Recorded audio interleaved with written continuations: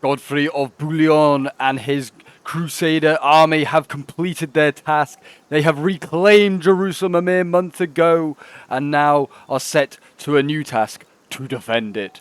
A huge army sent by the Fatimid Caliphate has now been given the task of reclaiming the city for their own faith to bring it back under Islamic control. A vast army of over 20,000 now faces down against the Crusaders.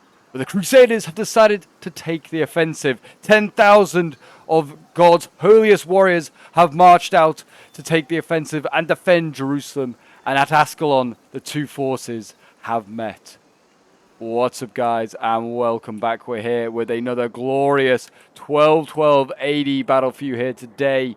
And this is the Battle of Ascalon that we have here for you today, as we have not quite the same ratios. We have 7,000 Crusaders up against 10,000 well, I would say Fatimids, but they're not. They're Ayyubids, because we don't have a Fatimid faction, because this is a little bit before the point of 1212 AD. This battle is in 1099, the same year that Jerusalem was captured. In the 15th of July, Jerusalem was captured, and literally this is the 12th of August this has happened. So yeah, most of the troops here, well, all of the troops here, took part in the siege of Jerusalem and the capture of the Holy Sepulchre.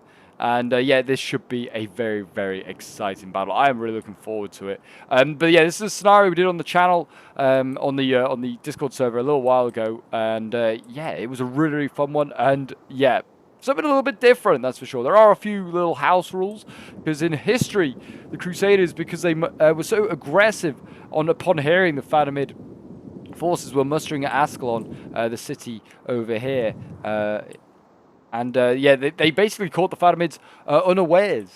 So the Fatimids were caught in their camps and were basically slaughtered. The Crusaders took minimal losses. If you look at the search, it just says light losses. Yeah, but most contemporary sources, sort of for like the Muslims, say that they lost about 12,000 troops of their 20,000. The city would have fallen as well if Godfrey of Bouillon would have allowed Raymond of Toulouse to accept their surrender, because the Muslims, funnily enough, would only allow the city to surrender to Raymond of Toulouse. But yeah, Godfrey was not a fan of that. Neither were some of the other factions within the Crusader force at the time, because at this point in time, though we are using the Kingdom of Jerusalem, there is no real Kingdom of Jerusalem set up. Everyone is still pretty much in their factions of the Flemish, the Normans, the men from Toulouse, and yeah, so yeah, there's a few other smaller factions as well, but those are the main ones, really.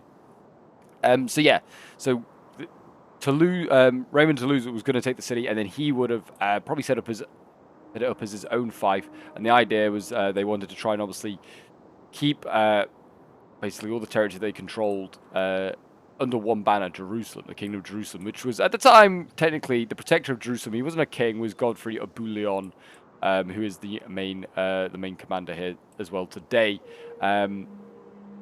But yeah, so the city would have fallen, but it didn't in history. But yeah, the Muslims are still sort of setting up. There was quite a bit of a setup time before this one started, but we are pretty much there. There is some house rules, as I was saying. These two armies here, so this army we're looking at right now, and then this army over here, can't join the battle until a little bit later. So with the army being caught in its camp, the city, so these guys are like right by the walls, just sort of like sitting there. That's where they were historically, literally outside the walls, and they got attacked here. So these two armies are supposed to be from the camp, and they're still like getting their armor on and then going to march out. The other two armies are ready to repel, so the Crusaders do have a vast numerical advantage to start with, but as the battle goes on and more fresh reinforcements arrive, battle might start to swing in favor of the Ayyubids. And the Ayyubids have a lot of cav as well. They've got these Tawashia cavalry is how I'm gonna go with the pronunciation. These are supposed to represent the Armenian troops in this battle, because there isn't really an Armenian faction we could use. I guess we could use Silesia, but it doesn't really really work. But yes, so these those troops there the Armenians. They join like late, and their heavy cav is supposedly like good, not quite as good as medieval Latin knights, but still pretty damn good.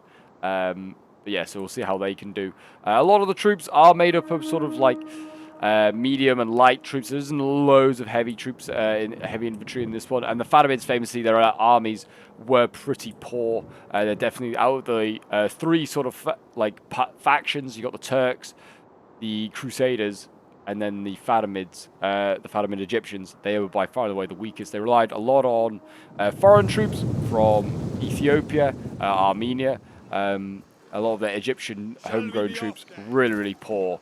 And that's how they eventually get conquered by the Saracens, by Saladin. Yes, here come the Crusaders. So the armies here for the Fatimids, they could not react until they were attacked themselves. So the idea is supposed to be a surprise attack. So it is now about to come. As you see, the Crusaders not messing around. We've got the King's Bodyguard here. You can imagine this is, I don't know, maybe this is Raymond of Toulouse. Who knows, but he's sending in his knights, Poulet knights here. So we are using the Jerusalem armies, just, I guess, to distinguish. We haven't got any of like the Hospitallers or any Templars here. We're just using all the Poulet stuff to represent sort of like the household knights. And there you go, there you go. The first contact has taken place as this cavalry here slams into the spear line. And they made a checkerboard like sort of formation to allow their cavalry to actually go through the gaps of the spears, which is actually a really cool idea. We've got a charge here. I think this cav's going straight in for a general. We are going to do some slow-mos as this battle goes on, for sure, because there's a lot taking place there. But there goes the cavalry slamming on in. A lot of cavalry there going into the medium shock cav. They should easily defeat that. The sergeants here taking a lot of losses, actually, to be fair. They've gone in over here as well at the knights. They just absolutely destroy these light melee infantry. They do have jabbies, which are going to be a real problem for the Crusaders as well. In go the sergeants once again as they just sandwich some of these swords here. These are the Mushat al-Jun. These are the better swords that are available. Cavalry over here engaging a lighter cavalry here. A lot of the cavalry as well. If it wasn't the Armenian sort of cavalry that the Fatimids had, a lot of their troops, their cavalry was made up of Bedouin light horsemen, which are not going to be able to stand up at all to heavy cavalry. You can see sort of the infantry now arriving. We've got Poulet sergeants and some knights moving up here. So that frontal force here has been annihilated. Light shot cav, they're gone. We've got some medium spear cav also being killed off there. Some medium spears, sorry, not spear cav. The general engaged over here, and he is losing. He's going to need some infantry support or something. You know, they've got spears now going, Poulet and spearmen. And yeah, we are seeing gaps in the line open up here. There's actually a huge gap here that they could go through. Cavalry going to the side here. That's actually hitting his own spears. He needs to be careful of that. This player here needs to get all of his cavalry out of the fight. He is finally pulling it out. In prolonged melee, he's been far too long against spears and other cav. As soon as your infantry connects with a cav fight, you should always get your cav out. It allows your cav to go elsewhere, but also you don't want the enemy to be able to get its own infantry in, and then once you're prolonging melee against infantry, you're in a bad state. As you can see over here, here goes the Poulet Knights. They've actually hit in the second line already. Archers over here, Ramat al-Jund being attacked, and I think in a moment we're about to see these other armies get activated here.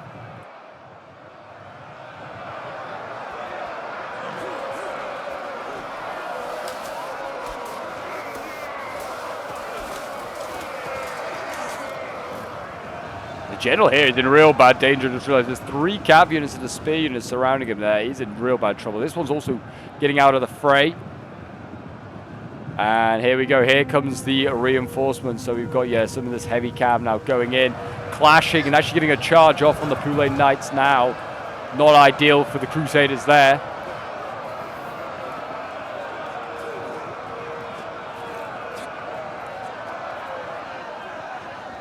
And there you go. Look at that. Actually, these Poulet Knights are wavering at 46 out of 47. That's insane. The more reinforcements need to get up and support that second wave. There's a general there that is definitely going to be on the radar here, these Poulet Knights. The front line is starting to shatter here for the Muslims as well as their spears there break. The heavy armored knights cutting their way through these poorly armed and poorly trained infantry. Numbers-wise, it's dead even, I'd say, Balanced Power. Numbers-wise, Crusaders are still outnumbered. And their greatest asset, the Knights, are starting to die off. 37 out of 70, and they broke. That's pretty poor for a Poulet Knight. They're getting caught in prolonged melee here, caught on the charge. Small battles take place on the flank here. Poulet and spears going in against some cheap spears there. Over on this far flank as well, with that reinforcement army arriving, is starting to sort of stabilize the flank as it was starting to crumble. That general there breaking. And look at that cav here. Look at this medium shock cav, 68 out of 80, and they're wavering. That's insane. Really poor. Got some of these Tawashia here, the Armenian cav.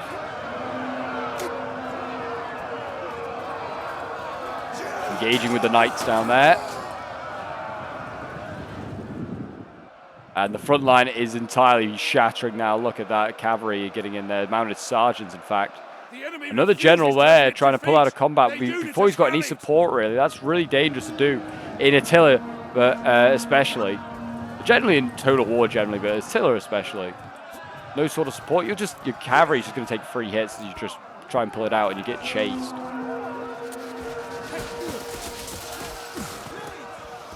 So medium cav now trying to get in there. There are archers firing as well. Lots of bows here now firing onto the cavalry here, trying to rout these Poulet Knights. I am running out of cavalry at this point of the battle. I literally have like my general and a good nick. My other cav is starting to take some pretty bad losses. The men have broken and are a lot of cavs still out on this flank here, though. It's dealing with some of the medium shock here. But a general going in there to try and deal with some of the heavy cav. And this general over here is all on his own for the Crusaders. And he's holding back a whole load of troops. He's got a lot of spears here. I'd say this is an excessive amount of spears engaged. I mean, maybe not because there's another cav unit here, mounted sergeant unit, but there's still 5 units of spears in there and a general. I'd certainly get the general out now. This is Halka Al-Qassar, which I'm pretty sure this is the guy that's, this is Al-Afdal. He's like representing the general here today.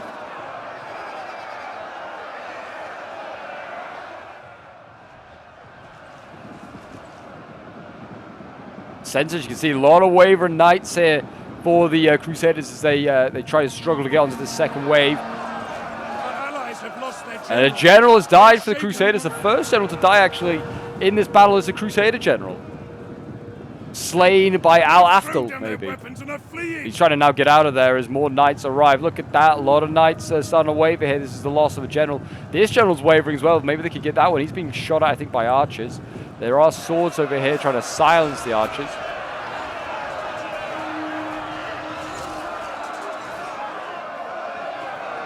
Keep slicing and dicing, boys. Yeah, a lot of troops here wavering. Look at this. Poulet and Spearmen. I'd maybe look at using fire arrows. You'd probably try and rout those guys a lot quicker. Cav here going to get rid of the knights, but it's fine because spears are coming up to try and deal with this cavalry. We've got another general over there who's also in a lot of danger. He's been pinned down. He's wavering for the Muslims. I'm going to see 2 generals here of the Crusaders chase after him. At this point, I think most sides are looking low on cav and have been forced to use their general if they want to get some mobility. Here comes that Armenian cavalry. What's it going to go in for? Going to go for a rear charge. Get a nice bit of a hammer and anvil here. This will be very, very nice. Glorious charge with the back of the spears. That might shatter them. They are wavering. Look at that. That's beautiful. They need cavalry now in there. And the spears have routed and the cav can get out if it probably wants to. And the general here has been caught by a fellow general. For Jerusalem! God wills it!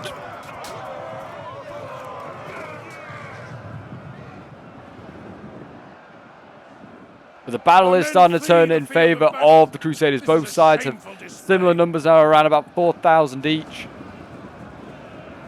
Crusaders holding on to a little bit of cav here. If they can get this general here, Halka, that might be him dead actually. No, it's not. That's the this one here. This one here died. Oh, he's got pinned down by spears after fighting in the center there.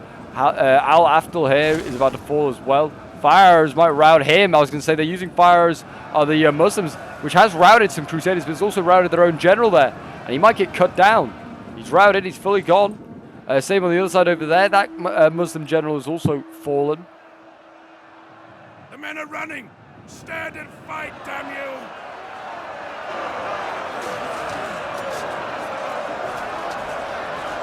Our allies have fled, the cowards!